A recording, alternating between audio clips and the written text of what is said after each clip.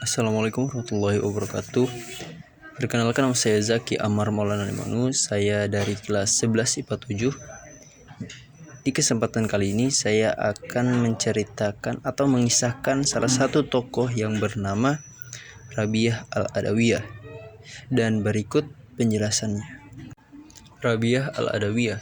Rabi'ah Al-Adawiyah dikenal juga dengan nama Rabi'ah Basri, adalah seorang sufi wanita yang dikenal karena kesucian dan kecintaannya terhadap Allah. Rabi'ah merupakan klien dari klan Al-Atik suku Qais bin Adi, di mana ia dikenal dengan sebutan Al-Qasyashah. Rabi'ah diperkirakan lahir antara tahun 713 sampai 717 Masehi atau 95 sampai 99 Hijriah di kota Basrah, Irak, dan meninggal sekitar tahun 801 Masehi atau 185 Hijriah. Ia dilahirkan dari keluarga yang sangat miskin dan merupakan anak keempat dari 4 bersaudara, sehingga ia dinamakan Rabi'ah yang berarti anak keempat.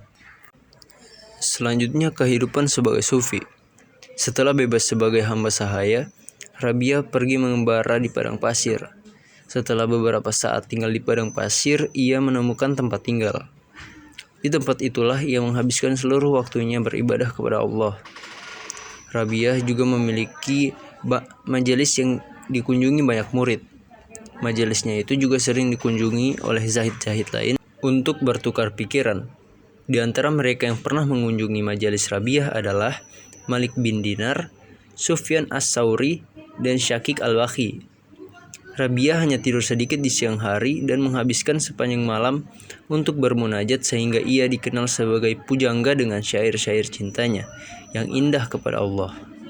Rabi'ah telah terkenal karena kecerdasan dan ketaatannya ke pelosok negeri, sehingga ia menerima banyak lamaran untuk menikah. Rabi'ah memilih untuk tidak menikah karena ia takut tidak bisa bertindak adil terhadap suami dan anak-anaknya kelak, karena hati dan perhatiannya sudah tercurahkan kepada Allah. Tidak ada satupun di dunia ini yang dicintai Rabi'ah kecuali Allah. Sehingga atas dasar itulah Rabi'ah memutuskan untuk tidak menikah hingga akhir hidupnya. Ajaran. Berbeda dari para zahid atau sufi yang mendahului dan sezaman dengannya, Rabi'ah dalam menjalankan tasawuf itu bukanlah karena dikuasai oleh perasaan takut kepada Allah atau takut kepada nerakanya. Hatinya penuh oleh perasaan cinta kepada Allah sebagai kekasihnya. Para ulama tasawuf memandang Rabi'ah sebagai tonggak penting perkembangan tasawuf dari fase dominasi emosi takut kepada Allah menuju fase dominasi atau pengembangan emosi cinta yang maksimal kepadanya. Tingkat kehidupan zuhud yang tadinya direntangkan oleh Hasan Al-Basri sebagai ketakutan dan pengharapan kepada Allah telah dinaikkan maknanya oleh Rabi'ah sebagai zuhud karena cinta kepada Allah.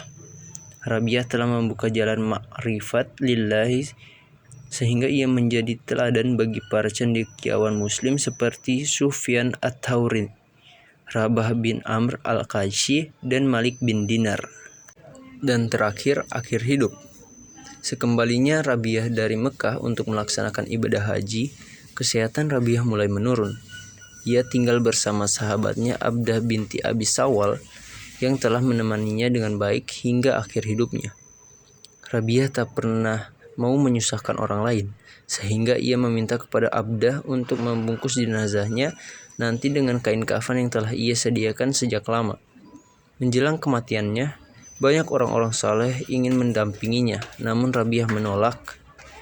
Rabi'ah diperkirakan meninggal dalam usia 83 tahun pada tahun 801 Masehi atau 185 Hijriah dan dimakamkan di Basrah, Irak. Baik, itulah cerita atau kisah singkat dari Rabi'ah Al-Adawiyah. Bila ada kekurangan dalam penyampaian kisah dari saya, mohon dimaafkan. Wabillahi taufiq wal hidayah. Wassalamualaikum warahmatullahi wabarakatuh.